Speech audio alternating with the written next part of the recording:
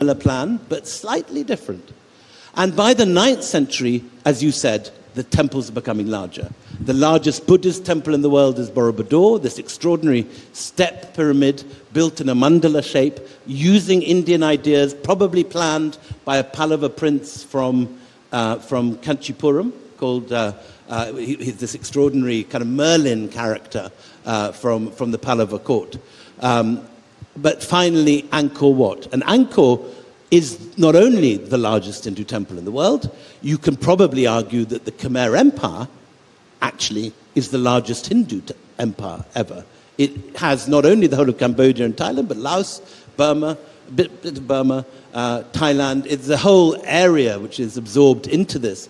Angkor is the center. It's got 1.2 million inhabitants at a time when London has only 20,000.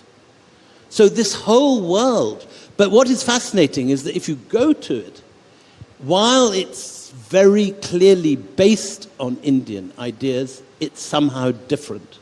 So when Tagore goes there, he says, everywhere I could see India, yet I could not recognize her.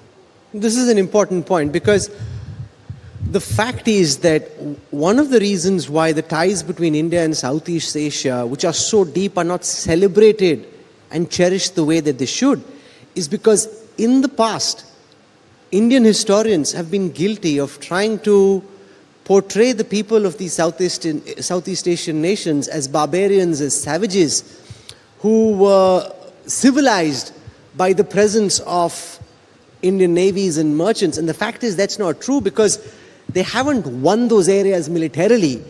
They've absorbed the ideas. It's the power of the Indian intellect that actually changed Southeast Asia, not the might of the Indian army. Correct. And this is very important, because the world is full of empires of the sword, but empires of the spirit, where intellectual ideas conquer other nations by their sheer power and sophistication. That is much more rare in history. And that is what India achieved in Southeast Asia in the 6th, 7th, 8th, 9th centuries.